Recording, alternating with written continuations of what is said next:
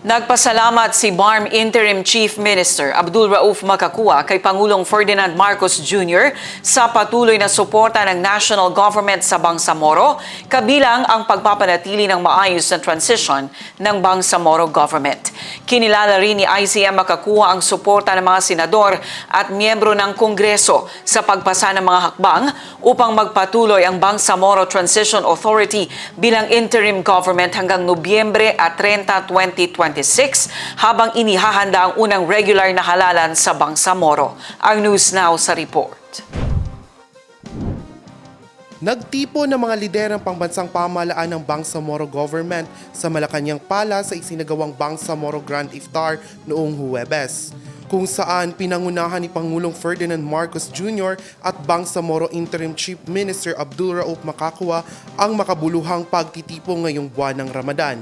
Sa kanyang talumpati, sinabi ni Makakua na ang pagtitipon ay hindi lamang isang simpleng salo-salo sa oras ng iftar, kundi isang pagkakataon para ang mga lider ng bansa at Bangsamoro ay magkaisa, magmuni-muni at pagtibayin ang tiwala at pagtutulungan sa pagsusulong ng kapayapaan at kaunlaran sa rehiyon.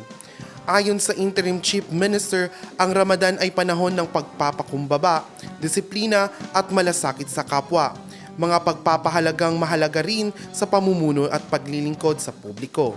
Binigyang diin din niya na ang ganitong pagtitipon ay nagpapalakas ng kaugnayan sa pagitan ng pambansang pamahalaan at Bangsamoro Autonomous Region and Muslim Mindanao, na aniya ay mahalagang patuloy na pag-usad ng Bangsamoro peace process. Nagpasalamat si Makakua kay Pangulong Marcos sa patuloy na suporta ng national government sa Bangsamoro, kabilang ang pagkikipagtulungan upang mapanatili na maayos ang transition ng Bangsamoro government. Kinilala ni ICM Makakua ang suporta ng mga senador at miyembro ng Kongreso sa pagpasa ng mga hakbang upang magpatuloy ang Bangsamoro Transition Authority bilang interim government hanggang Nobyembre 30, taong 2026, habang inihahanda ang unang regular na halalan sa Bangsamoro. Ayon kay Makakua, mahalaga rin ang kooperasyon sa loob ng Bangsamoro government, partikular sa pagtutulungan ng mga Bangsamoro Executive at Bangsamoro Parliament upang maipagpatuloy ang mga programang pangkaunlaran sa rehiyon.